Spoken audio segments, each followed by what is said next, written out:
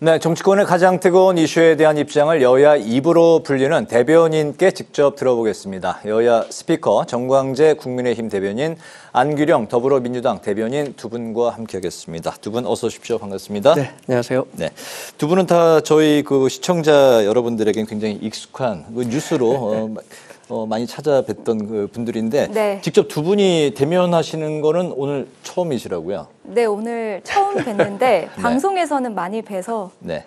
익숙합니다. 익숙합니다. 왠지. 근데 네. 우리 안 대변인님은 지난 그 계엄 사태 과정에서 네. 전 세계가 주목한 네. 사진, 그래서 BBC가 선정한 올해의 인상적인 사진인가요? 거기에 그 찍힌 모습도 잘 봤고, 그렇게 또 선정이 그때 되셨군요. 네. 보여줬던 아주 용감한 모습 잘 봤습니다. 네. 아유, 감사합니다. 그런데 현장에는 뭐 저보다 더 용감한 시민분들이 많이 계셨습니다.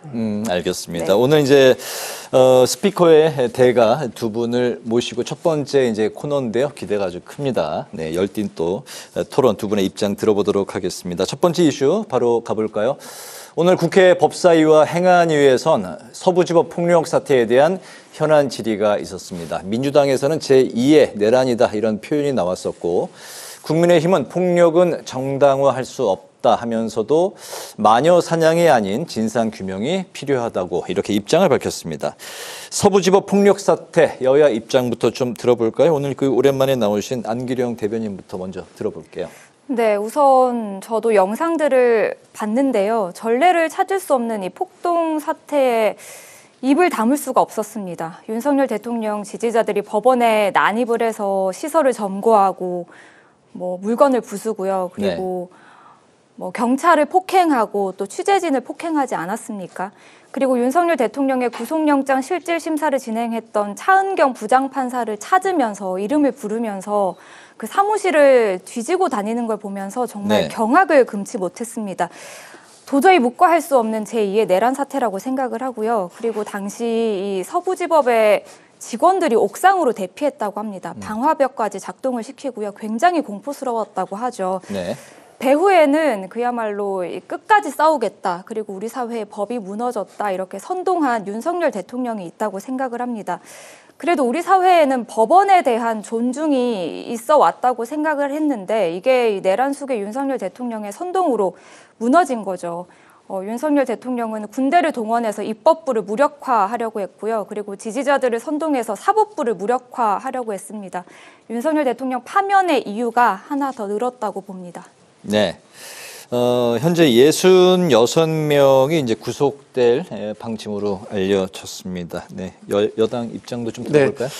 현장에서 있었던 그 폭력 사태는 대단히 유감스럽고 있어서는 안 되는 일입니다. 우리 당에서도 어떠한 형식의 폭력도 용인될 수 없다라는 강력한 메시지를 냈습니다. 네. 그런데 그것과 관련해서는 민주당에서 자꾸 이 제2의 내란이다. 이 배후에는 국민의힘과 윤석열 대통령이 있다. 이렇게 프레임을 짜서 공격하는 것은 용인하기 어렵다고 생각합니다. 당시 현장 상황에서 발생할 수 있는 것들을 미연에 막지 못한 부분들에 대한 책임 이런 것도 있을 거고요. 또 현장에서 이루어진 일들에 대해서 이것을 과연 어느 정당, 특정 정당의 책임이라고 이렇게 몰아세우는 것이 과연 정당한 일인가라는 부분에 대한 문제를 제기하지 않을 수가 없습니다. 저희 당과 윤석열 대통령 모두 이러한 폭력적인 사태에 대해서 유감의 뜻을 표하고 있고 가능한 한 본인의 의사를 분출하되 합법적인 테두리 내에서 이루어져야 한다고 강조하고 있습니다. 이 부분에 대해서 자꾸만 배후에 국민의힘과 윤석열 대통령 측이 있다. 이렇게 몰아세우는 것은 민주당의 지나친 오만과 독선이라고 생각합니다. 네, 현재 이제 국민의힘 입장은 마녀 사냥으로 몰아가는 건 곤란하다, 진상 규명이 필요하다 이제 이런 입장인데, 그런 가운데 이 권영세 비대위원장은 시위대에만 책임을 물을 수 없다, 분노의 원인을 살펴야 된다. 그리고 이제 경찰의 또 강경 대응도 지적을 했습니다. 민주당은 폭력 시위에 이제 사실상 주범으로 여당을 이제 지목을 했고, 훈방 발언을 했던 윤상현 의원 제명안을 제출이 될 것 같습니다. 이 배후와 선동 책임론이 이어지고 있는데요. 이번엔 이 논박으로 좀 이어가 볼까 합니다. 네, 안 대변인부터 들어볼까요? 네, 권성동 원내대표가 경찰의 과잉 대응 탓으로 돌리면서 좀 폭력을 정당화하는 모습을 보였고요. 그리고 말씀하셨던 것처럼 윤상현 의원 같은 경우에는 폭도들에게 곧 석방될 것이다 라고 하지 않았습니까? 그리고 그 이후 보수 그리고 극우 커뮤니티를 중심으로 윤상현 의원이 구해줄 것이다 이런 글과 댓글 등이 정말 많이 돌았습니다. 그리고 김재원 전 최고위원 같은 경우에는 내란 사태를 성전 그리고 폭도들을 십자군에 비유하기도 했거든요. 외신들마저 이 서부지법 난입 사태를 폭동이라고 명백하게 규정을 하는데 국민의힘은 왜 이렇게까지 경찰의 과잉 대응 운운하면서 폭도들을 두둔하려는지 모르겠습니다. 국민의힘이 도대체 이렇게 폭도들을 옹호하고 두둔하려는 이유는 무엇입니까? 저는 보수의 가치 중에는 법치를 지키는 것도 있다고 생각을 하는데 지금 국민의힘에서는 전혀 그런 모습을 찾아볼 수가 없거든요. 사법부의 판단을 부정하는 것도 모자라서 이 사법부를 향한 폭동을 감싸려고 한다니까 좀 이해를 할 수가 없고 지금이라도 국민의힘이 대한민국의 공당으로 남으려면 이 폭도들과 결별을 하고 국민께 사죄해야 된다 이렇게 생각합니다. 네네. 윤상현 의원이 그 민주당의 이제 갈라치기다 이런 입장을 이제 밝혔고 김재원 전 이제 최고위원 같은 경우는 아스팔트 위에 십자군이다 또 이런 표현도 썼네요. 저는 김재원 전 최고가 했던 표현에 동의하지는 않습니다. 네. 그리고 일부 표현에 문제가 있었기 때문에 김 전 최고가 스스로 문구를 수정한 것으로 알고 있고요. 이 권영세 위원장이 얘기했었던 전체 맥락보다는 일부분에만 천착해서 그것이 우리 당이 이런 그 폭력 시위를 일삼은 사람들을 옹호하는 것처럼 포장하는 것 자체가 상당히 유감입니다. 전체 맥락에서는요, 그동안 공권력이 집행되는 과정에서 이른바 민노총의 그 강경 집회에 대해서는 경찰이 이른바 손 놓고 있는 것처럼 보이는 양상을 보였음에도 불구하고 이번 시위에만 유독 그렇게 강경 진압에 나섰어야 하는 아쉬움을 토로한 거죠. 그러니까 법의 집행, 특히 공권력의 집행 과정에서의 형평성을 얘기한 부분인데 그것만 가지고 경찰이 잘못했다라는 식으로 권영세 위원장이 얘기했다고 하는 것은 말이 안 되는 거죠. 권영세 위원장이 분명히 얘기했습니다. 어떤 방식의 폭력도 용인될 수 없다. 합법적인 테두리 내에서 의견을 표출해달라고 했고요.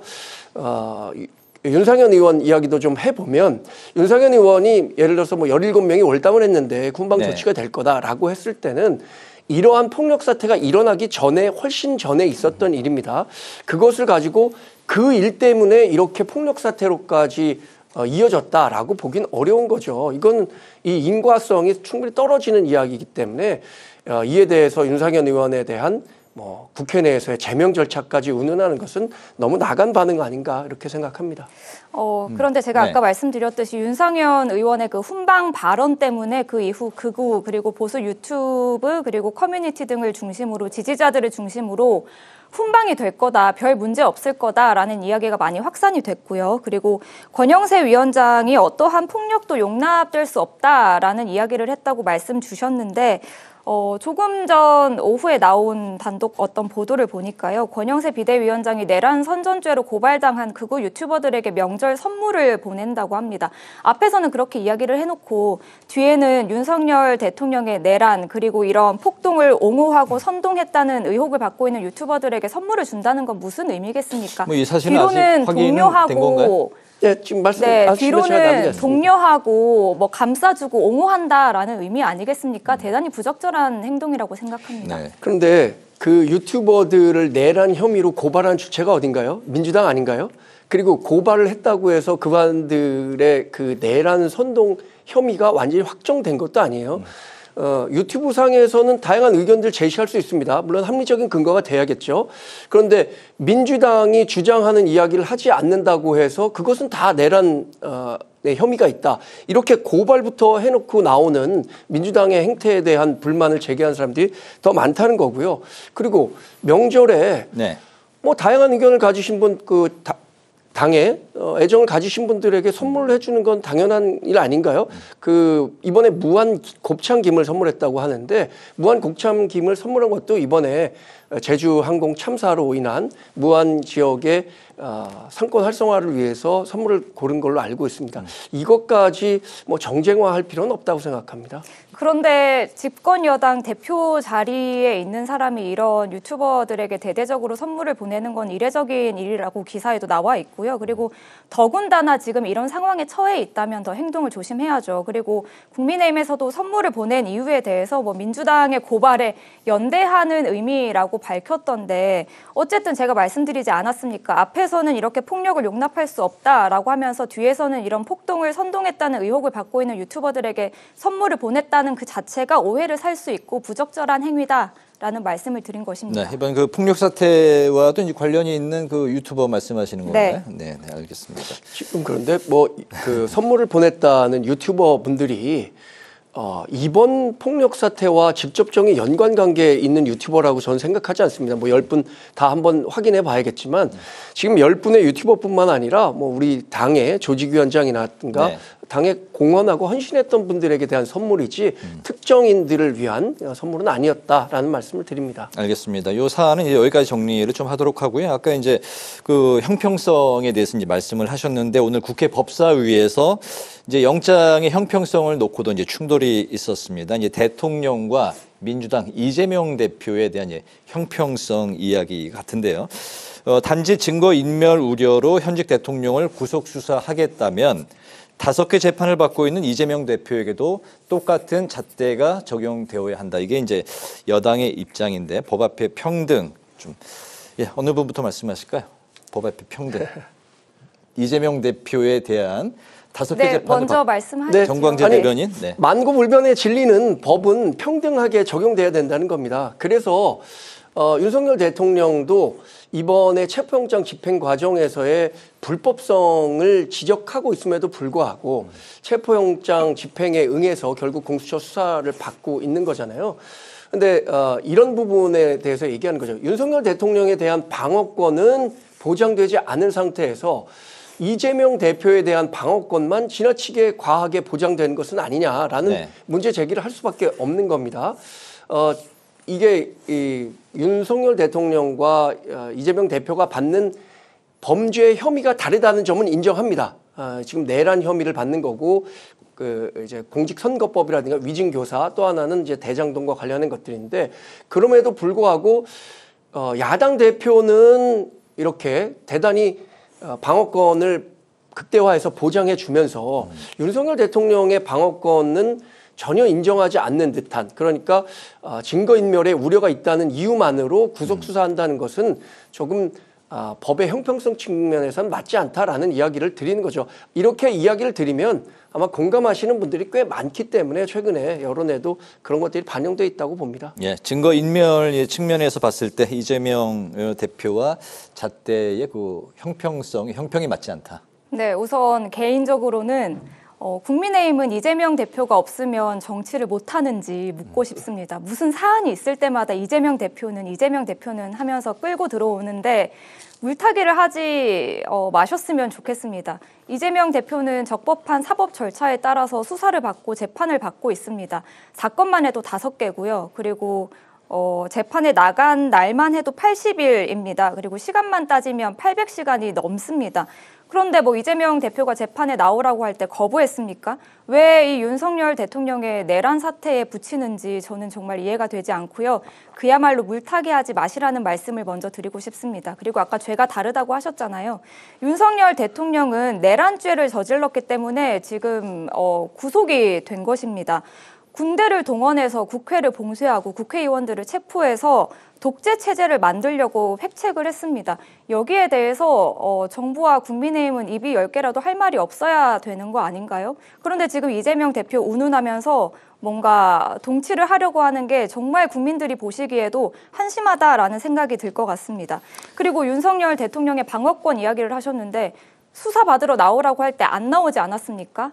관저에서 버티지 않았습니까? 경호처를 사병화시켜서 끝까지 버텼잖아요. 그런 윤석열 대통령에게 무엇을 기대하시는 것입니까? 지금 정부와 여당은 윤석열 대통령 구속에 반발할 것이 아니라 이 내란을 막지 못한 데 대해서 국민께 사죄해야 된다고 생각합니다. 네. 그 이재명 대표 얘기를 할 수밖에 없는 이유를 사람들이 알고 계실 겁니다. 이재명 대표가 그 많은 논란의 중심에 있기 때문에 우리 당으로서는 이재명 대표를 안 할 수가 없는 겁니다. 누구와 비교를 해야 될 텐데 사실 이재명 대표가 타이틀만 야당 대표지 이른바 여의도 대통령처럼 무소불위의 권력을 행사하고 있는 거잖아요. 앞으로 어쩌면 있을지 모를 조기 대선에서도 가장 강력한 차기 대권 주자로 거론되는데 이재명 대표에 대한 논란을 거론하지 않고 어떻게 한국 정치를 논의할 수 있겠습니까? 그러니까 이렇게 논란이 많은 분이 야당 대표를 맡고 있기 때문에 그 논란의 중심에서 비껴갈 수 없다는 것을 이해하시고 계실 겁니다. 그렇다면 저도 법 앞에 평등해서 김건희 여사 이야기를 안 할 수가 없는데요. 일단 모든 국민은 법 앞에 평등하고 법치주의가 살아있기 때문에 윤석열 대통령이 구속된 것입니다. 김건희 여사야말로 주가 조작, 명품백 수수, 고속도로 그 노선 변경 특혜 의혹, 학력 위조, 경력 위조, 논문 표절, 그리고 최근에 명태균 게이트까지 제대로 수사받은 게 있습니까? 지금 우리나라 법치주의가 살아있기 때문에 내란 속에 윤석열 대통령이 구속된 것이지 김건희 여사에 대해서는 뭐 수사가 이루어지지 않고 있습니다. 지지자들을 선동하고 혼란과 갈등을 부추길 목적이 아니라면 사법부의 판단을 존중해야 합니다. 알겠습니다. 계속 이제 왔다 갔다 하니까 예, 그 진도가 나가지 않는데 그 다음 이슈 또 넘어가 보도록 하죠. 윤 대통령이 오늘도 공수처 조사에 이제 불응한 상황이고 공수처가 이제 오늘 오후에 강제 구인을 이제 검토하는 상황에서 서울구치소를 이제 방문을 했습니다. 검사 1명, 수사관 3명을 이제 대동해서 이 자리에서 현장 조사 아니면 강제 구인을 하겠다 이런 입장을 밝히셨습니다. 현재 이제 변호인 외에 접견도 이제 금지가 된 상황이고 윤 대통령이 이제 방어권을 주장하고 있는데 조사에는 응하지 않고 지지층을 향해서 계속해서 이제 메시지를 옥중 메시지까지 내고 있는 상황. 분노는 이해하지만 평화적으로 표현해 달라 이런 메시지까지 냈습니다. 어떻게 보고 계실까요? 윤석열 대통령은 아마 지금 공수처에서 수사하는 것에 대해서는 끝까지 응하지 않을 가능성이 크다고 생각합니다. 그 이유는 처음부터 얘기했던 것처럼 윤석열 대통령과 변호인단 측은 공수처가 내란과 관련한 수사권, 정당한 수사권을 갖고 있느냐에 대한 의문을 처음부터 제기했던 거고 그럼에도 불구하고 지금 이렇게 체포영장이 발부되고 구속영장이 발부돼서 수사를 받을 수밖에 없는 상황이지만 본인이 적극적으로 수사에 응한다는 것 자체가 수사권을 인정하는 셈이 되기 때문에 진술 거부권, 이른바 묵비권을 행사할 가능성이 크다고 보고요. 가족들과의 이 면담까지도 불허하는 것은 공수처가 조금 좀 감정적으로 윤석열 대통령에 대해서 대하고 있는 것은 아닌지 조금 유감입니다. 그리고 뭐 증거인멸과 같은 우려들을 얘기하고 있는데 이미 군경지휘부 10명이 모두 구속 상태에 있습니다. 이런 점들을 고려했을 때 증거인멸과 관련해서 이렇게 뭐 엄격하게 공수처가 얘기하는 것처럼 진행될 만큼의 여지가 있는가에 대해서는 많은 분들이 의문을 갖고 계시죠. 네, 묵비권은 이제 방어권 차원이고 김건희 여사 이제 가중 면회 금지는 과도하다. 글쎄요, 윤석열 대통령이 지금까지 보여준 태도에 비하면 과하다라는 생각이 개인적으로 들지 않고요. 뭐 공수처의 수사권 같은 경우에는 법원의 판단으로 그 문제가 해소됐다고 생각합니다. 그런데 윤석열 대통령이 공수처가 아니라도 뭐 검찰의 조사에는 경찰의 조사에는 잘 응할까요? 최근에 윤석열 대통령 변호인단이 헌재에 나가서 뭐 계엄의 합법, 불법 이건 판사들이 판단할 수 있는 문제가 아니다. 오직 대통령만이 판단할 수 있는 문제다라고 하지 않았습니까? 그야말로 법 위에 군림하려는 태도잖아요. 그러면서 계속해서 수사에는 불응하면서 지지자들을 향해서는 우리나라 법이 무너졌다. 끝까지 싸우겠다. 국민과 함께하겠다. 이런 메시지를 내는 것 자체가 끝까지 죄를 인정하지 않고 끝까지 제2의 제3의 계엄을 획책하려는 의도라고 보입니다. 네네. 그 다음 이슈가 이제 최근에 여야가 이제 많이 신경 쓰는 게 바로 이 여론조사 부분인데 지난주, 이번 주 한 3개 정도 여론조사에서 NBS, 갤럽, 리얼미터 여기에서 국민의힘 지지율이 민주당을 이제 앞선 결과가 나왔습니다. 심상찮은 이제 보수 결집에 여당 반응이 이제 좀 속내가 좀 복잡하게 이제 보여지는 것 같고 여론조사 대응기구 그러니까 여론조사 검증조사단을 이제 민주당이 발족했고 과표집됐다 이렇게 이제 민주당 역시 고민이 많아 보이는데요. 여론조사의 상으로 이렇게 정당 지지율에 그 역전되는 이런 상황 민주당은 좀 어떤 분위기인가요?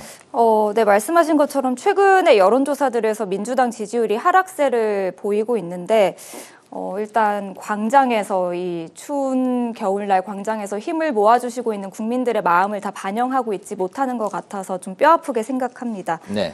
그런데 많은 분들이 지적해 주시는 것처럼 보수가 극도로 결집한 보수 과표집은 분명한 현상인 것 같거든요.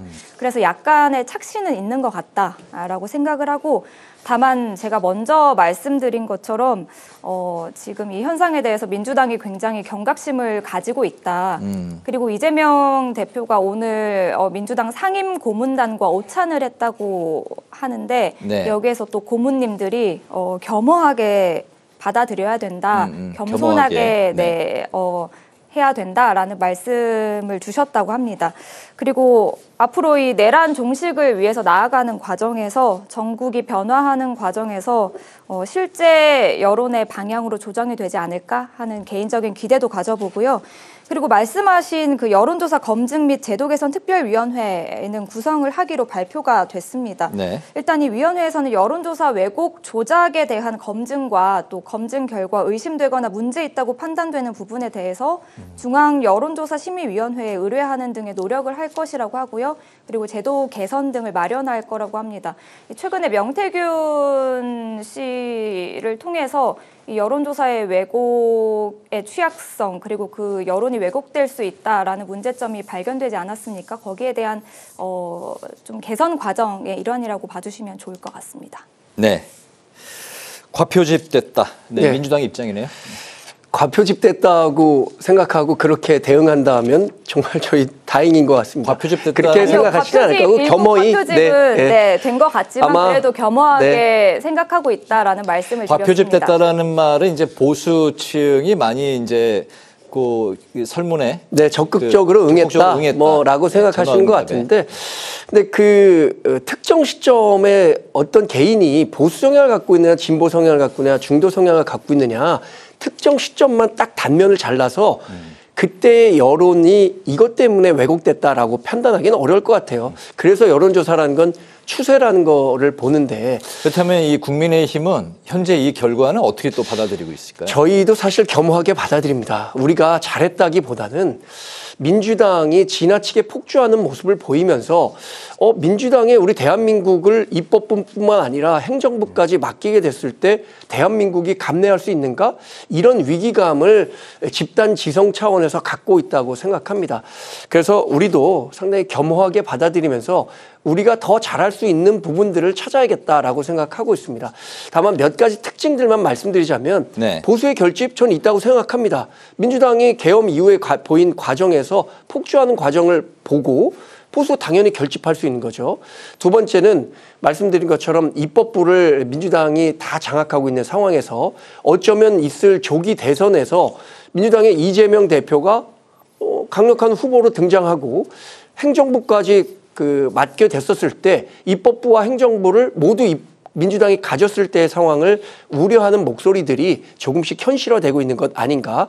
앞으로 전 조기 대선이 된다면 이런 그 우려들을 민주당이 어떻게 불식시킬 수 있을 것인가가 민주당에도 가장 중요한 앞으로의 과제가 될 것이라고 생각합니다. 네. 두 분 여야 대변인으로서 충분히 양측의 입장을 설명하실 수 있는 그런 말씀들을 하신 것 같습니다. 오늘 여야 스피커 대단한 빅 스피커 두 분을 모신 것 같다는 생각이 들고 굉장히 오늘 겨울인데 뜨거워졌습니다. 이 스튜디오 분위기가. 혹시 못하신 말씀 있으시면 두 분 한 말씀씩 하실까요? 아니면 그냥 마무리 지을까요? 어떻습니까? 저는 지금 최근에 일어나는 정치 양극화 문제는 우리 정치권 모두가 함께 풀어가야 할 숙제라고 생각합니다. 이번에 있었던 서부지법의 폭동 사태나 이런 것들도 정치권 모두가 힘을 모아서 이런 일이 다시는 발생하지 않도록 대안을 모색할 때라고 생각합니다. 꼭 그 말씀 드리겠습니다. 공감합니다. 네, 알겠습니다. 여기서 이제 마무리를 짓도록 하겠습니다. 오늘 여야 스피커 첫 번째 시간 아주 뜨거운 시간이었습니다. 지금까지 정광재 국민의힘 대변인, 안규령 더불어민주당 대변인 두 분과 함께했습니다. 오늘 말씀 잘 들었습니다. 고맙습니다. 고맙습니다.